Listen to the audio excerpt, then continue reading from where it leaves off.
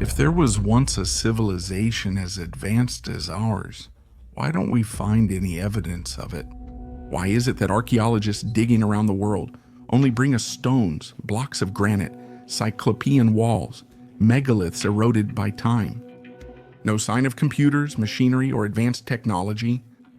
It's a question that has troubled many and is often dismissed quickly. If there's no evidence, it means no previous technological civilization existed. Are we sure this answer explains everything? We believe things are more complex and that real evidence and clues exist. In this video, we'll explain why, up until today, that advanced technology that many imagine is necessary to find in order to accept the idea has not been found. But before we start this fascinating journey that will take us to a very distant past, as always, we invite you to subscribe to the channel to support our work and not miss the upcoming videos. Imagine an advanced civilization 20,000 years ago, able to build, calculate, and share knowledge. And this is not a randomly chosen date. During that time, disturbing clues start to surface. Currently, we know the planet was in the last great ice age at that time. Massive ice caps blanketed North America and Europe. The sea level was more than 100 meters lower, and entire plains that are now submerged were then fertile lands inhabited and crossed by people. Then, about 12,000 years ago, the world suddenly changed. The glaciers melted in a global cataclysm. The oceans rose, the coasts were submerged, and entire continents changed their appearance. As noted in other videos, myths worldwide appear to recall that trauma. The Sumerians describe a flood that destroyed humanity, while Vedic texts, the Bible, and Greek tradition also recount similar events of destruction and renewal. A cataclysm of water that wiped out a previous humanity. Different stories from very distant continents, but they tell the same thing. And as we know, there aren't just myths, there are enigmatic sites that seem out of time. Göbekli Tepe in Turkey, already 12,000 years ago, showed a surprising level of architectural and symbolic knowledge, incompatible with the image of a still primitive humanity. Even Klaus Schmidt himself, the German archaeologist who excavated it for decades, admitted that attributing such a complex work to hunter-gatherer communities was a challenge to the traditional model of prehistory. And Göbekli Tepe is not the only enigma. In the heart of the Mediterranean, the Cyclopean temples of Malta stand as silent giants, so ancient that they seem to go beyond the limits of official chronology. On the other side of the world, off the coast of Japan, lies Yonaguni, an entire submerged reef that some interpret as a man-made pyramid and that some date back over 10,000 years ago. All these elements seem to converge on one idea. Before our written history, before official civilizations, there might have been something else. A civilization that time and the waters have almost erased. Now let's imagine that our civilization, the one we know today, suddenly disappears. Let's imagine it is swept away by a global cataclysm or simply abandoned to the slow work of time. After 20,000 years, what would our descendants find? Let's look at the Brooklyn Bridge, one of the symbols of New York. Today we see it in all its grandeur, the neo-Gothic granite towers, the intertwined steel cables, the roadway suspended above the East River, a marvel of 19th century engineering still alive and vibrant. Now let's look ahead 50 years after the disappearance of man. Without maintenance, the cables begin to give way, eaten away by rust and the salty air. After 200 years, sections of the bridge collapse into the river.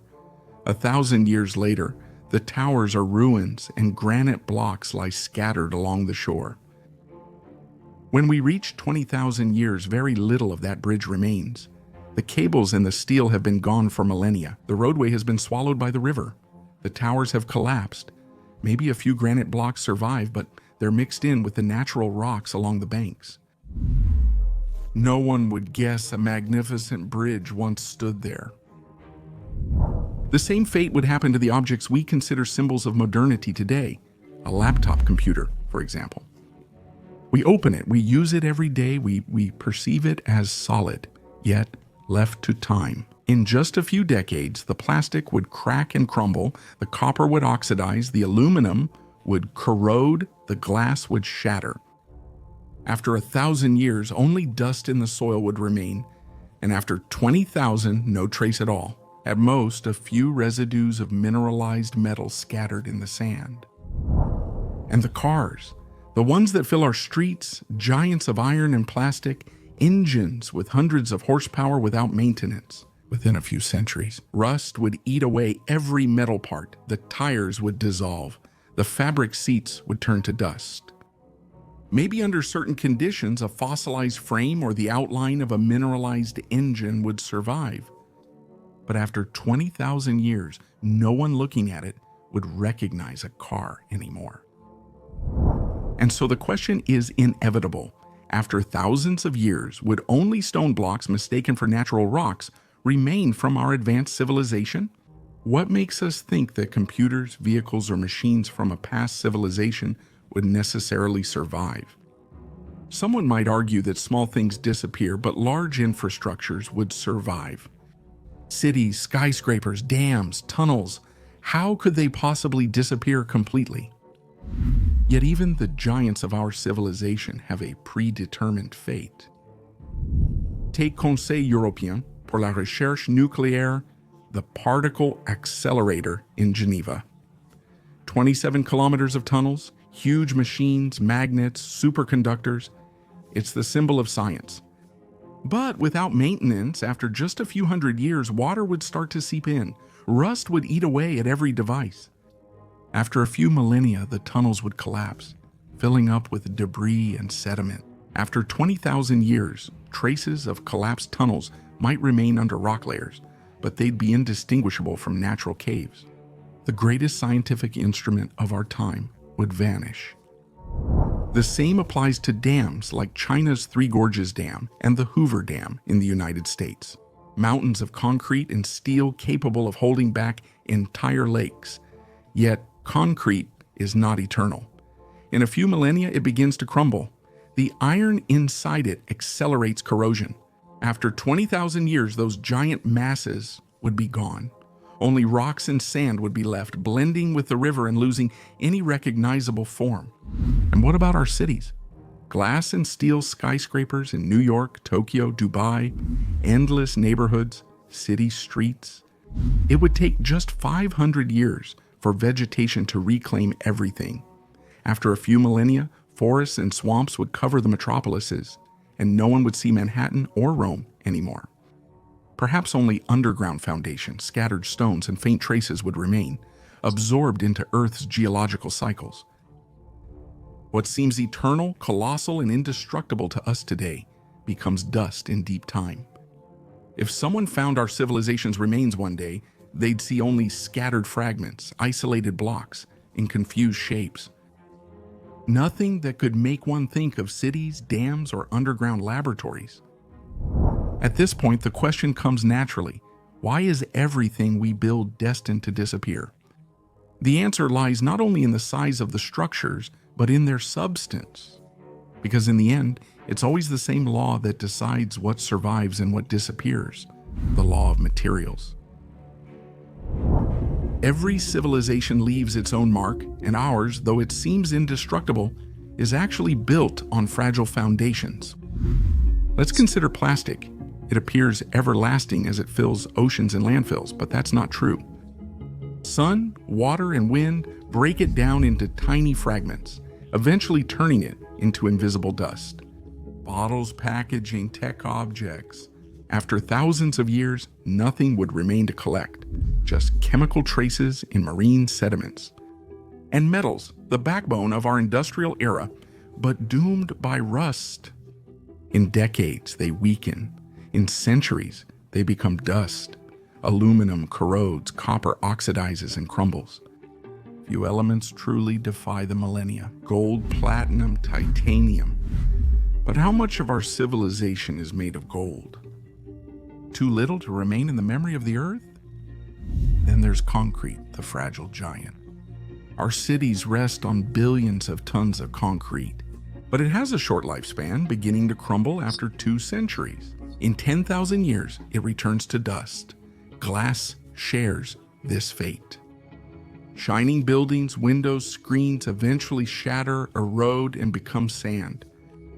We return to the only truly enduring material: stone, granite, basalt, diorite, rocks that survive ice ages and geological upheavals. Blocks of granite can remain intact for hundreds of thousands of years.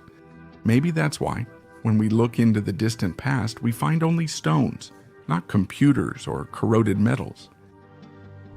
If everything vanished and skyscrapers and computers turned to dust, how would we identify an ancient technological civilization?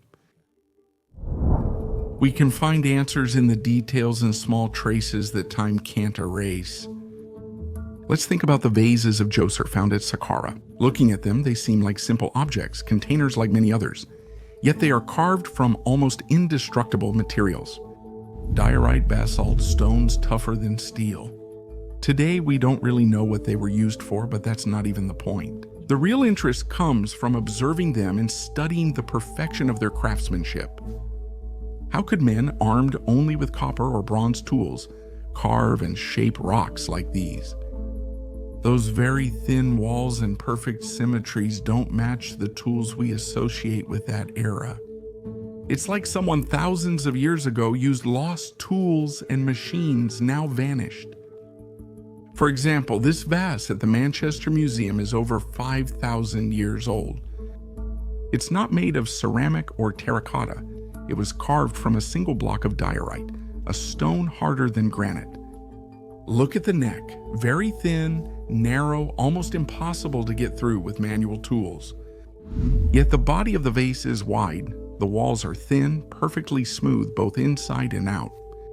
What tools could they use to enter the opening and hollow the inside without breaking the stone?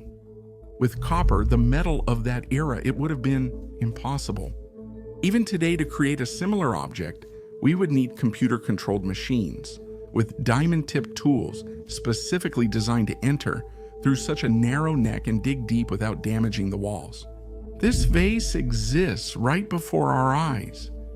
It's no myth or legend, but an authentic artifact we can all see. And it leaves us with a question that official science cannot answer. What unknown technology made such a work possible thousands of years ago? The same goes for the millimeter-precise cuts in granite that we see at Saqqara, Cusco, and Pumapunku. Enormous blocks with perfect right angles, surfaces as smooth as glass, joints so precise that we can't understand how they were made. But where are the tools they used? We have never found them. What remains, however, are the undeniable signs of an extremely advanced technology. Sometimes the object doesn't last, but the land's transformation remains. In Mohenjo-Daro, Pakistan, areas of vitrified sand have been found, as if the stone had been melted by extreme and sudden heat. Some studies discuss natural phenomena, but as early as the 1970s, researchers like David Davenport suggested artificial events or anomalous explosions. It's a controversial interpretation, of course, but the fact remains that achieving such an effect requires extremely high temperatures. Where did this heat come from? A colossal lightning bolt, a very rare natural event, or maybe something artificial that we can no longer recognize? Beyond the explanations, the ground has a scar that shouldn't exist. That's why if we really want to look for traces of vanished civilizations, we have to learn to read not only the objects, but the land itself. Chemical anomalies, vitrified deposits, concentrations of metals or minerals out of place. It's the same principle used in archaeology today. We often find traces of objects rather than the objects themselves. Maybe we can also recognize a lost technological civilization this way? Not from the surviving machines, but from the marks they left on lasting materials like stone or the scars on the ground. And this is where the reasoning becomes even more unsettling. If a civilization existed tens of thousands of years ago, why couldn't we recognize it today? Not from skyscrapers or computers, but from impossible vases, millimeter-precise cuts, sands fused into glass, minimal anomalies. Clues that alone can't change history, but together create a disturbing mosaic. 65 million years ago, a 10-kilometer-wide meteorite struck the Yucatan. The impact raised a cloud of dust that blocked out the sun for years, wiping out the dinosaurs and most life on Earth. Now imagine the same event in a world like ours. Entire cities vaporized, oceans lifted into waves, hundreds of meters high, ready to swallow continents, forests and deserts set ablaze by showers of burning debris. And after the silence, if the mere passage of time would already erase the traces of our civilization, what would be left after such a blow? Perhaps only a thin layer of ash buried in the rocks thousands of years later. A geologist would call it a sedimentary deposit. He wouldn't see skyscrapers or cars, only dust. So the real question is, how can we distinguish a natural scar from a mark left by a vanished technology? Would anything actually remain? Not monuments or computers, but anomalies in Earth's very matter. Some of them we're already leaving behind. That's the case with plastiglomerate, hybrid rocks formed when melted plastic mixes with sand, shells, and stones. It occurs in Hawaii, Indonesia, and India. At first glance, they look like ordinary rocks, but when you look closely, you discover they're an impossible mix. Polymers and hydrocarbons merged with Earth's matter, a type of rock that didn't exist before us and that will remain for millions of years as a mark of our era. This isn't the only example. There are plastic rusts, plastic crusts that stick to coastal rocks like artificial lichens, or microplastics already embedded in marine sediments, destined to fossilize in future geological layers. These will be the real scars of our civilization. Not statues or buildings, but odd rocks, chemical inclusions, radioactive layers, and unusual metal or isotope concentrations. And here arises the most unsettling suggestion. If we are already leaving unnatural scars, it could have happened in the past as well. The fused sands of Mohenjo-Daro, the mineral anomalies in some ancient sites, or controversial cases like that of Hueyatlaco in Mexico, seem to point exactly in this direction. In the 1960s, archaeologist Cynthia Irwin Williams found stone tools with animal remains, and subsequent geological analyses, such as those published by Virginia Steen McIntyre in 1981, suggested ages up to 200,000 years, a dating that was unacceptable to the scientific community, so much so that Steen McIntyre herself reported being pressured to retract. Maybe they're mistakes, or maybe they're signs we don't know how to interpret. Because like a future geologist might, one could see a plastiglomerate and mistake it for a natural mineral. Similarly, we could overlook the remains of an ancient civilization right in front of us. But there's an even greater paradox. We might recognize signs of technology like ours. Tools, cuts, artifacts. But if there had been a completely different technology based on principles we don't know, would we really be able to identify it? Maybe we walk on it every day, mistaking it for simple geology. Maybe what we call natural is actually an artificial work that we don't know how to read. And let's not forget another aspect, the direction that we ourselves are also taking. Bioplastics that dissolve in just a few years, architectures designed to blend with the environment, materials engineered to leave no trace. A future society more advanced than ours might have followed the same path, building in harmony with nature, erasing every trace of their presence. So what remains after 20,000 years? Maybe nothing we would recognize. The real question is no longer why we don't find evidence of advanced civilizations. The real question is, are we really sure we would recognize them? The distant past may seem empty because we view it from the wrong perspective. The real mystery isn't that we find nothing, but that against all odds, some clues remain. A clue that doesn't explain all, but creates doubt. At this point, we're really curious to know your opinion.